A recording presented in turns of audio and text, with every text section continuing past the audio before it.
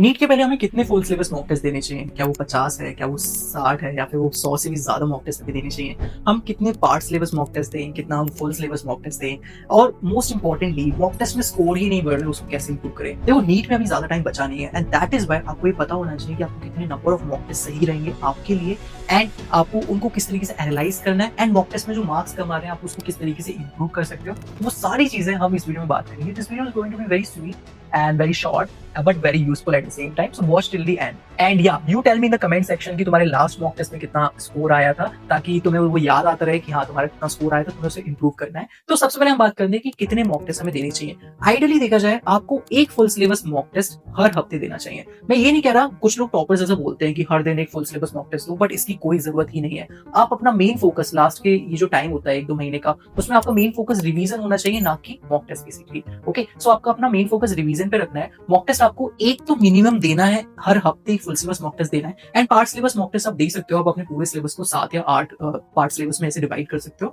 तो आप उस तरीके से क्या कर सकते हो, हर हफ्ते काइंड ऑफ एक पार्ट सिलेबस दे सकते हो। ओके, बट इससे ज्यादा पार्ट सिलेबस देने की आपको जरूरत नहीं है। पार्ट सिलेबस से क्या होता है ना, आपका इंडिविजुअल चैप्टर्स के ज्यादा क्वेश्चन आपकी प्रैक्टिस हो जाते हैं, बस क्वेश्चन प्रैक्टिस करने के लिए। फुल सिलेबस से आपको ओवरऑल एग्जाम का आइडिया लगता है। Okay, and now the second question rises कि हमें क्वेश्चन देना कहां से है। तो मोस्ट इंपॉर्टेंट ये है कि कोई भी कोचिंग का मॉक टेस्ट परफेक्ट नहीं होता। कुछ कोचिंग जैसे एलन वगैरह है वो थोड़े टफ ज्यादा बनाते हैं, आकाश वाले हैं वो बहुत इजी बनाते हैं, पीडब्ल्यू वाले हैं उनमें बहुत सारी मिस्टेक्स निकल के आती है। सो या no coaching is perfect, to keep changing it. तुम कभी टफ क्वेश्चन पेपर ट्राई करो, कभी इजी ट्राई करो, बिकॉज क्वेश्चन आपका जो नीट 2026 है उसका क्या लेवल होने वाला है किसी को भी नहीं पता। तो इट्स वेरी इंपॉर्टेंट कि थोड़ा आपको चेंज करते रहना होगा आपके मॉक टेस्ट को, ताकि आपको सारी चीजों का एक्सपीरियंस हो कि टफ आएगा तो मैं कैसे अटेम्प्ट करूंगा, इजी आएगा तो कैसे अटेम्प्ट करूंगा। तो ये सारी चीजें आपको पता होनी चाहिए। Now coming to the point कि मॉक टेस्ट के दौरान आपको किन चीजों का ध्यान रखना है। सबसे पहले तो आपका जो नीट में एग्जाम डे है उधर कुछ भी हो सकता है। लाइक लिटरली मेरे टाइम पे क्या था, मेरा जो पेपर हुआ था वो बनारस में था, एंड उस दिन बनारस में बहुत गर्मी थी, एंड लिटरली मेरे ऊपर तो फैन भी नहीं था। बट मतलब 4 फैन थे क्लास में, क्लास बहुत बड़ी थी, 2 फैन मेरे सामने थे, 2 फैन पीछे थे, लेकिन मेरे ऊपर कोई फैन नहीं था। मैं तो पूरा पसीने से भीगा हुआ था,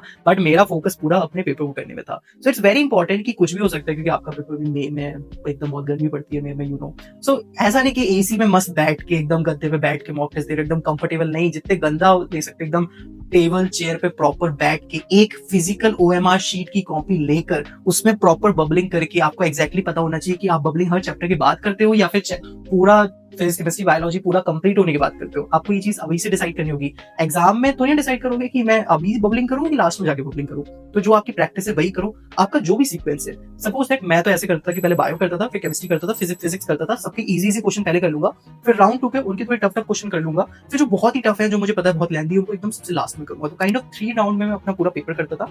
आप इस तरीके से कर सकते हो। और आपका जो भी सीक्वेंस है, कुछ लोग फिजिक्स पहले स्टार्ट करते हैं, कुछ लोग केमिस्ट्री पहले स्टार्ट करते हैं, इसमें कोई बुराई नहीं है, तुम डेफिनेटली स्टार्ट कर सकते हो, कुछ भी नहीं है। ओके, एंड तुम लोगों की रिवीजन में हेल्प हो सके इसलिए हमने एक फ्री टॉपर्स क्लब का मेंटरशिप टेलीग्राम चैनल बनाया है, टॉपर्स क्लब मेंटरशिप 2026 करके, जिसमें हम लोग क्या करते हैं, हाई यील्डिंग क्विज़ेस वगैरह डालते हैं, लेटेस्ट अपडेट्स वगैरह भी चीजें डालते रहते हैं, कुछ भी चेंजेस वगैरह होता है। तो इससे क्या होता है ना, बच्चों का रिवीजन कॉन्स्टेंटली चलता रहता है। तो तुम इसमें ऐसे क्विज़ेस वगैरह करते रहो, एंड इसमें हम लोग कुछ सेमिनार्स वगैरह भी लेंगे फ्री ऑफ कॉस्ट, ताकि हम तुम लोग को जस्ट बिफोर द एग्जाम कुछ गाइडेंस दे सके कि एग्जाम में 3 घंटे में तुम्हें क्या करना है, क्या नहीं करना है, मॉर्निंग में तुम्हें क्या करना है, क्योंकि बहुत इंपॉर्टेंट है, उन 3 घंटों में तुम बहुत अच्छा कर सको। तो यहाँ पे टॉपर्स आके थोड़े फ्री के सेशंस भी लेंगे, एंड तुम लोग की हेल्प हम जितनी कर सकते करेंगे।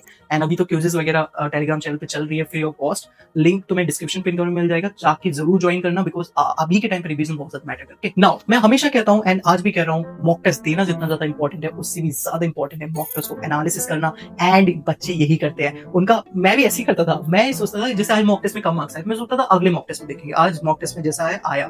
तो एक दिन मैं और मेरा फ्रेंड्स ऐसे डिस्कस कर रहे थे, वो आईटी में आईटी की तैयारी कर रहा था, तो हम लोग ऐसे डिस्कस कर रहे थे कि यार हमसे मॉक टेस्ट देते जा रहे हैं, हम उसको अच्छे से एनालाइज नहीं कर रहे। फिर मुझे रियलाइज हुआ, यस, मॉक टेस्ट में मार्क्स इंप्रूव करने के लिए हमें अपनी गलतियां पता होनी चाहिए, because mock test is your life mirror. कि जिस तरीके से मिरर में आपको देख के पता चलता है ना कि आप अच्छे दिख रहे हो, बुरे दिख रहे हो, आपके बाल कैसे हैं, आपने क्या पहना है, वो आप पे अच्छा लग रहा है नहीं लग रहा, उस तरीके से आपके मॉक टेस्ट आपको बताता है कि आपका कौन सा सिलेबस स्ट्रॉन्ग है, आपका कौन सी चीजें वीक है, आप क्या चीजें भूल गए हो, वो सारी आपकी गलतियां, खामियां, आपके स्ट्रेंथ, आपकी वीकनेसेस, वो आपको मॉक टेस्ट बताता है। सो मॉक टेस्ट आपने 3 घंटे दिया, लेकिन मैं कहूंगा 4-5 घंटे मॉक टेस्ट को लेके बैठो, उसको एनालाइज करो। कैसे करना है, let me tell you. 3 type के क्वेश्चंस होंगे आपके मॉक टेस्ट में। पहला जो आपने सही कर दिया, दूसरा जो आपने गलत कर दिया, तीसरा जो नॉट अटेम्प्टेड है। इसी टाइप के हो सकते हैं, ठीक है। नाउ सबसे पहले आपको क्या करना है, हर सब्जेक्ट के जो भी गलत क्वेश्चंस हुए उनको देखना है, एक मिस्टेक डायरी अपने साथ रखनी है, और मैं पहले भी रखता था एंड तुम बिलीव नहीं करोगे, जिस दिन मेरा नीट का पेपर था उस दिन में मॉर्निंग में सुबह उठ के अपनी मिस्टेक डायरी पलटा रहा था। लिटरली आई वाज लाइक कि हाँ, मैंने क्या-क्या गलतियाँ की अपने मॉक टेस्ट में। So mistake diary is very important, उसी से तुम्हारी सिली मिस्टेक्स कम होती है, अदरवाइज़ सिली मिस्टेक्स ऐसे सोचने से कम नहीं होती कि मैं अगले मॉक टेस्ट में ध्यान रखूँगा, ऐसे नहीं कम होती। ओके, सो तुम्हें क्या करना है, जितने भी क्वेश्चंस गलत हो रहे थे, तुम्हें उसको देखना है, ये गलत कैसे हुआ? मतलब मैंने गलत सोचा, मैंने गलत फॉर्मूला लगाया, मैंने गलत कैलकुलेट किया, एग्जैक्ट रीज़न क्या था इसके गलत होने का? क्या इसके गलत होने का रीज़न सिली कॉन्फिडेंस है? क्या मैंने तुक्का मारा इसमें? तो वो सारी चीज़ें तुम्हें पता होनी चाहिए। उसके अकॉर्डिंग तुम फिर अपनी नोट्स एनसीईआरटीज़ में देख सकते हो उसका सही आंसर क्या है और वो सही कैसे, वो तुम उसी समय सीख लो, ठीक है? उसके बाद तुम नॉट अटेम्प्टेड कि नॉट अटेम्प्टेड क्यों है? क्या मेरे को मैंने ये सब्जेक्ट पढ़ा ही नहीं था या फिर मैं भूल गया था? अगर तुमने नहीं पढ़ा था तो जाके जल्दी से पढ़ लो on the spot, okay? And उसी के बाद आओगे तुम जितने भी करेक्ट हुए तुम वो सारे दोबारा देखो। क्यों मैं ये चीज़ क्यों बोल रहा हूँ? हम बहुत सारे टाइम क्या करते हैं, हम बस 2-3 ऑप्शंस पे डाउट होता है, हम एक क्वेश्चन ऑप्शन में टिक लगा देते हैं, वो गलती से सही हो जाता है। So it's very important. मैं ये करता था, मैंने 100 से भी ज़्यादा मॉक टेस्ट दिए, लिटरली मेरे पास ऐसे बंडल्स ऑफ ओएमआर शीट रहती थी जो मैंने फिल की थी। बट मैं ये कह रहा हूँ तुम्हें 100 से ज़्यादा मॉक टेस्ट देने की ज़रूरत नहीं है। हर हफ्ते 1 दे सकते हो, ज़्यादा से ज़्यादा 2 दे सकते हो, उससे ज़्यादा देने की ज़रूरत नहीं है। That's very pretty good. तो उसमें तुम्हें सारे जो तुमने सही किए हैं वो दोबारा देखो, उससे तुम अपना रिवीजन कर रहे हो कि अच्छा इसका आंसर यही होता है, इसको ऐसे ही सॉल्व करते हो, तुम एकदम कॉन्फिडेंस हो रहे होगे कि यस मैंने भले क्वेश्चन गलत किए लेकिन मैंने इतने सारे क्वेश्चन सही भी तो किए हैं, ये भी तो सोचो। So this should be your target strategy कि हाँ तुम्हें सारे क्वेश्चन दोबारा देखने हैं ताकि तुम्हारा रिवीजन हो सके। अनदर थिंग, मॉक टेस्ट में मार्क्स ऐसे इंप्रूव नहीं होते कि तुम जितना मेहनत कर रहे हो उतना ज्यादा इंप्रूव हो रहा है। It is not a linear graph, यहाँ पे नहीं बनता। यू नो लीनियर ग्राफ की तुम जितना ज्यादा एफर्ट डालोगे उतना ज्यादा मार्क्स इंप्रूव होंगे, नहीं।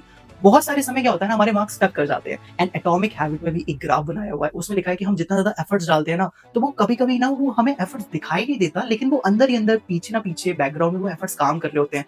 तो मार्क्स इंप्रूव अगर आपके कम आ रहे हैं तो आपको घबराने की जरूरत नहीं है, आपको अपने रिवीजन पे फोकस करना है। बेसिकली जो आप चला रहे हो, रिवीजन करते रहो, मेहनत करते रहो। ये मत सोचो कि मार्क्स इंप्रूव हो नहीं रहे, जस्ट कीप डूइंग इट। एक समय आएगा वो आपका कट ऑफ क्लियर हो जाएगा, मतलब आप थोड़ा ऊपर आपका कर्व जाने लगेगा, तो वो ऐसे काफी तेजी से ऊपर जाएगा। This very important. एंड जब भी आपके कम मार्क्स आए तो आप ऐसे सोचा करो, जैसे फॉर एग्जाम्पल के 1 महीने पहले मेरे ऐसे 630-640 मार्क्स आते थे, मैं सोचता था यार इतने में तो एम्स दिल्ली नहीं मिलने वाला। तो मैं सोचता था अभी मेरे पास 1 महीना है एंड मेरे पास एटलीस्ट 40 मतलब मेरे पास 50-60 मार्क्स का मैं और सीख सकता हूँ। एंड जब भी आपके ज्यादा मार्क्स आए तो आपको उसको मेंटेन करने के बारे में सोचना है। ओवर कॉन्फिडेंट नहीं होना है, बिकॉज मैंने बहुत सारे टॉपर्स को देखा है।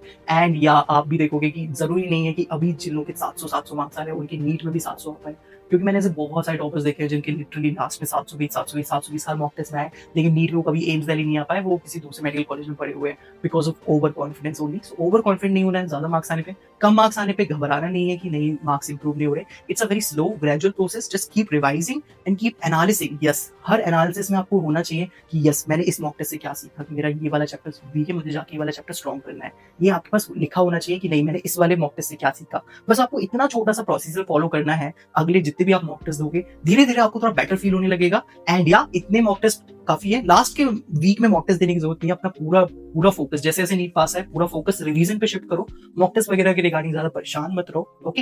एंड या लास्ट का मॉक टेस्ट का स्कोर उतना ज्यादा मैटर भी नहीं करता, फिर आप जो नीट के 3 घंटे में करोगे वो ज्यादा मैटर करता है। सो इट्स वेरी इंपॉर्टेंट कि आपकी एनसीईआरटी स्ट्रॉन्ग हो, आपका रिवीजन बहुत स्ट्रॉन्ग हो एंड आपका कॉन्फिडेंस बहुत अच्छा हो, एंड वो बेसिकली बहुत मैटर करता है। Okay, so you don't need to be worried about it. Just keep doing it and keep analyzing mock tests in the best possible way. And yeah, thank you so much guys for watching. See you soon in the next video.